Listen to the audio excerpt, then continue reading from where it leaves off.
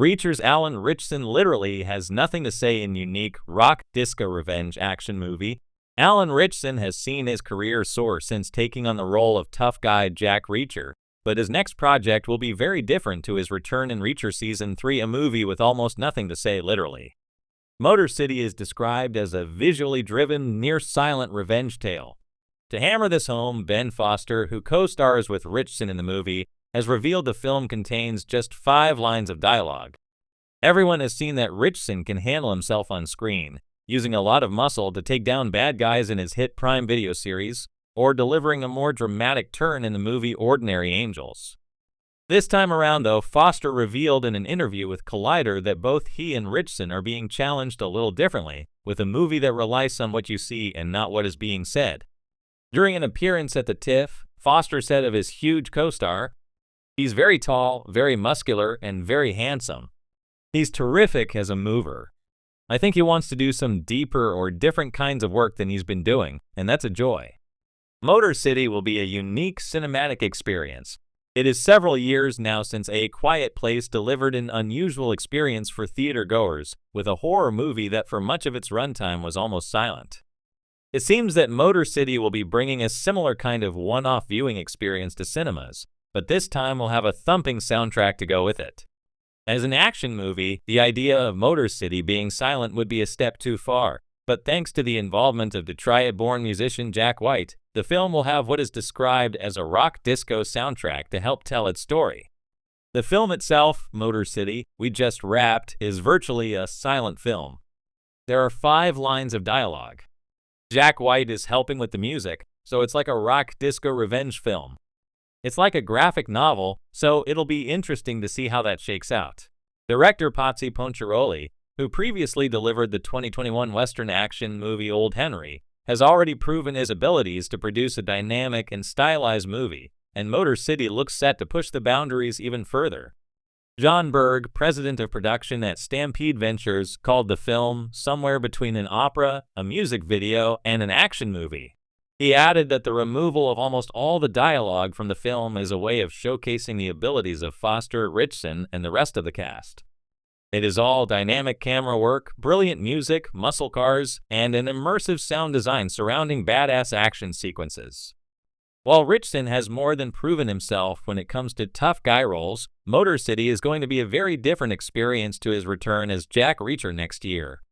For fans who have enjoyed watching him grow over the last few years, there's going to be plenty to feast their eyes on here. Just don't go in expecting him to have much to say. Alan Ritchson, the towering actor best known for his portrayal of Jack Reacher in the hit Amazon Prime series Reacher, is taking his signature screen presence to new and daring heights in an unconventional action film that's already turning heads, Rock Disco Revenge. Described as a genre-blending explosion of silent stoicism, pulsating disco beats, and old-school action, the movie's hook is as bold as its title. Richson doesn't utter a single word throughout the film. Instead, his performance relies entirely on physicality, expression, and the kinetic energy of the revenge-fueled narrative. The concept, a silent hero in a noisy world. Rock Disco Revenge is the brainchild of indie director Max Tatum, known for his flair for experimental storytelling and visual audacity. Tatum wanted to craft a film that subverted the typical action hero trope while celebrating the vibrant, campy aesthetics of the 1970s disco era. "The idea of a silent protagonist intrigued me," Tatum said in a recent interview. "What happens when the hero doesn't have a voice, but lets the music and their actions tell the story?" That's where Alan came in. The film follows Ritchson as a nameless, enigmatic protagonist who seeks vengeance against a ruthless disco mogul responsible for the death of his brother, a rising musician. With a backdrop of glittering dance floors, gaudy costumes, and kaleidoscopic lighting, the movie juxtaposes brutal action sequences with infectious grooves, creating an experience that's equal parts visceral and surreal. Ritchson's commitment to silence. For an actor known for his quick wit and commanding dialogue delivery as Reacher, going completely mute on screen was a challenge that intrigued Ritchson from the start. "It's not every day you get a script where the lead character doesn't speak," he said. "I wanted to see if I could convey everything, anger, grief, determination, without saying a word. It's all about what you can do with your eyes, your body language, and your movements." Richson trained extensively to prepare for the role, taking lessons in expressive acting and studying silent film legends like Charlie Chaplin and Buster Keaton. He also dove into martial arts choreography to ensure his action scenes were fluid and visually compelling. Every punch, every kick, every glance, it all had to say something. The silence made every moment more intense. A disco-driven narrative.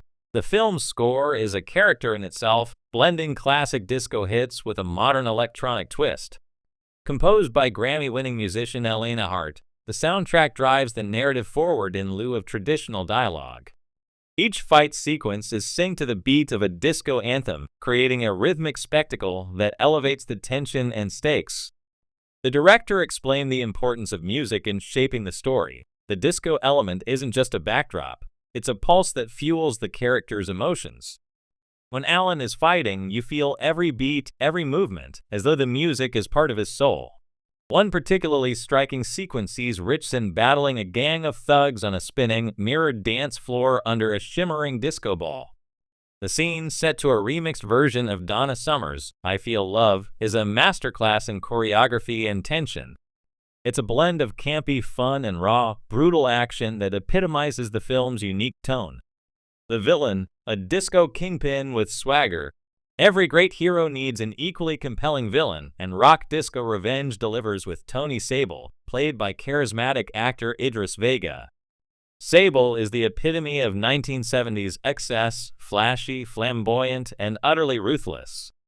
Draped in gold chains and sequins, he rules the city's underground disco empire with an iron fist. Vega's performance is delightfully over the top, providing a perfect foil to Ritchson's restrained intensity.